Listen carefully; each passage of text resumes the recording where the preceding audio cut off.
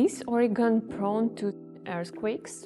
Well, Oregon doesn't get a whole lot of big ones like California does, mostly because our big fault is offshore and it only happens every few hundred years.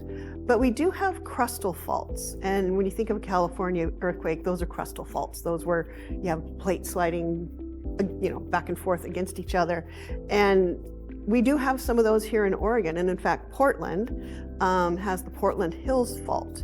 If you go to Forest Park out on Highway 30, that's the fault scarp. That's the fault zone right there. And so Portland could have very large crustal earthquakes. We had our last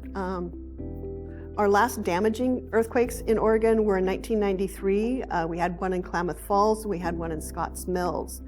And those were 6.0 earthquakes. And so they cause a lot of local damage.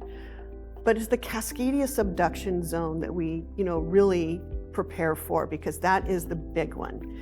We can look to what happened in 2011 in Japan, 2004 in Sumatra and Indonesia, to what we can expect to see here in the Pacific Northwest. Because remember, it runs from Northern California all the way up to British Columbia, so it's going to shake. And it's going to shake, and they're going to feel it in eastern Oregon and eastern Washington, if it's the full RIP 9, if it ruptures that full length.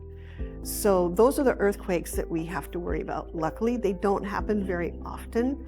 So we hope Mother Nature gives us the time to prepare. We have a lot of buildings that were built a long time ago before we even knew about plate tectonics. So we have some work to do to get prepared for it.